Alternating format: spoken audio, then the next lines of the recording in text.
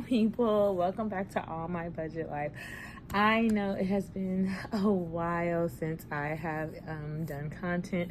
Life has been lifing. I will give a brief update about that, but I have been working on some of my financial goals. So speaking of, here's my end of May budget recap, right? So here we are. It is May 31st, literally the last day of May 31st, 2025. I cannot believe tomorrow will be June 1st. Literally, we will be at the halfway mark, right, of the year. So that's 6 months into the year.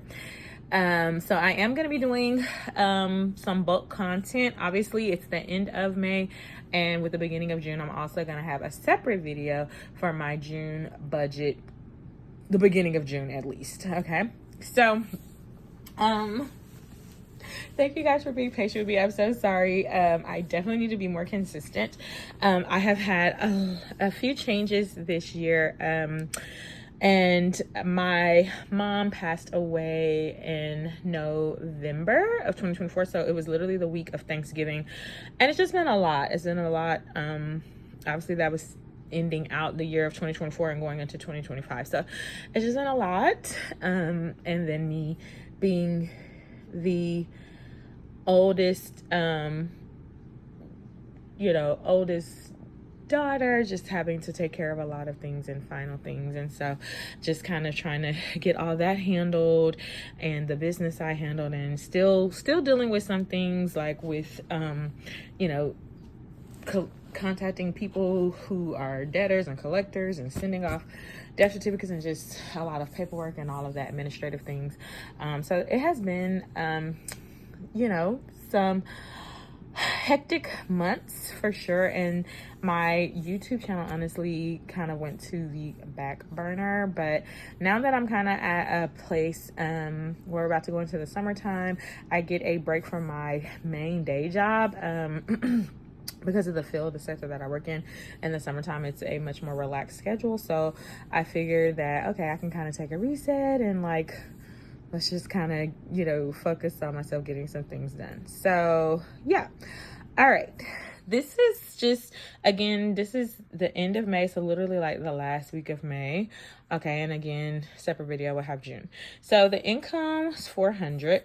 Expenses, and these are all the expenses, and I go off of a zero-based budget.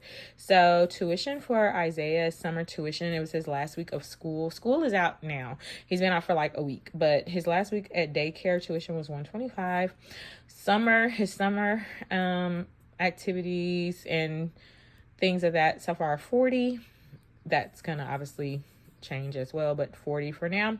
He likes his Robux, so that's $10.80 because it's like $4.99 and some change, which comes out to be like $5.40 each time I let him do it. So we've already done it. I've allocated for twice. He's used his 2 times already, and then he'll get some more in June.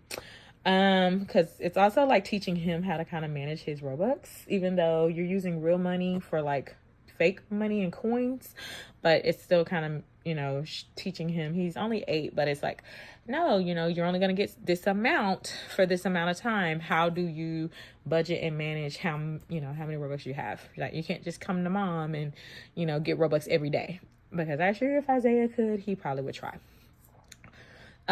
Food and household, I have it broken as $100 total, but food is $80.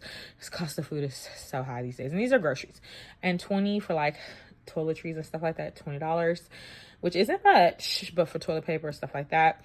I usually put medications separate, like over the counter and prescription separate, because to me, yes, they are for you, but you don't necessarily need the same amount every month.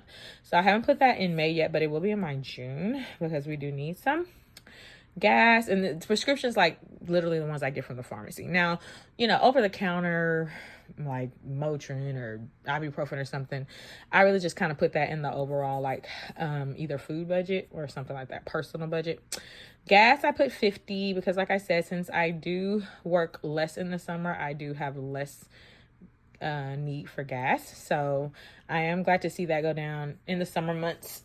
May, starting this was my first week with a reduced schedule, but even going into June and July, like I definitely want to save here in this category for sure. tutoring. Isaiah has tutoring. Isaiah's my son. He's 8. For those of you who don't know, but he has tutoring each week, and I'm going to keep that going for the summer. So for 2 weeks, it's $50. It's $25 a session. So that's 2 sessions, so 1 per week. So dining out, because we do like to have a little dining out. I've had to reduce it, but yeah, we have $15 for that. And then the laundry, the coin laundry that we use a lot of times for like blankets and laundry and stuff, leaves the $9.20. That's to add to what I already have. Okay, but that's for this amount. So that equals us out to the 0, right? That leaves us with $0. So every place has a job. All right. Now, this is what needs to be paid, and what I use is I'm going to use my red marker here, my red Sharpie, and red is equal what has been spent or paid, okay? So that's how we can kind of do that. So tuition has been paid. The summer fees have been paid. His Robux have already been paid. I already went to the grocery store and got my household. I do have like $10 left in household. So what I will do is I will cross out the 100. I know I have about $10 left, and that's how much, right? There we go. Gas, I have used 25 of this 50. So I have $25 left. This is just for this week. Okay, so this is my starting, and this is what I've used. Okay. And so that is as of 5/31/2025, as of today. All right. Went through my receipts. Tutoring, we have done 1 week, so $25. Dining out, we have used the entire amount besides $5. $5 left, which is not much. And then the coin laundry is already taken care of. Okay, so this is where we're at. I just keep them in red over here, and I put a line through to kind of keep me on like, oh, okay, I have $10 left for here, $25 here, 25 here, and 5 for here. And even when I use my card for these type of things, I can use cash, like obviously food and household. Sometimes I use my card. I did use my card when I went to Target and Walmart, but sometimes I have cash. So I'll probably leave this last $10 in cash. This was a card purchase, the 125 card. All of these were card, right? So another way to just keep track, P is for plastic. C is for cash. Okay. So this was plastic. When I say plastic, it's like plastic card. You know what I'm saying? Plastic was used. Plastic was used, but on this amount, it's going to be cash left.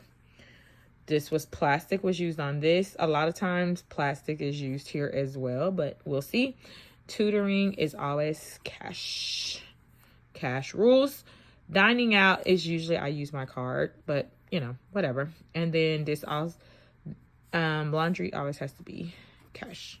I don't use a card for that. I use cash. So that kind of helps me keep track of the methods, right, I'm using. So yeah, thank you guys for joining me. This is my end of May budget. Till next time, bye.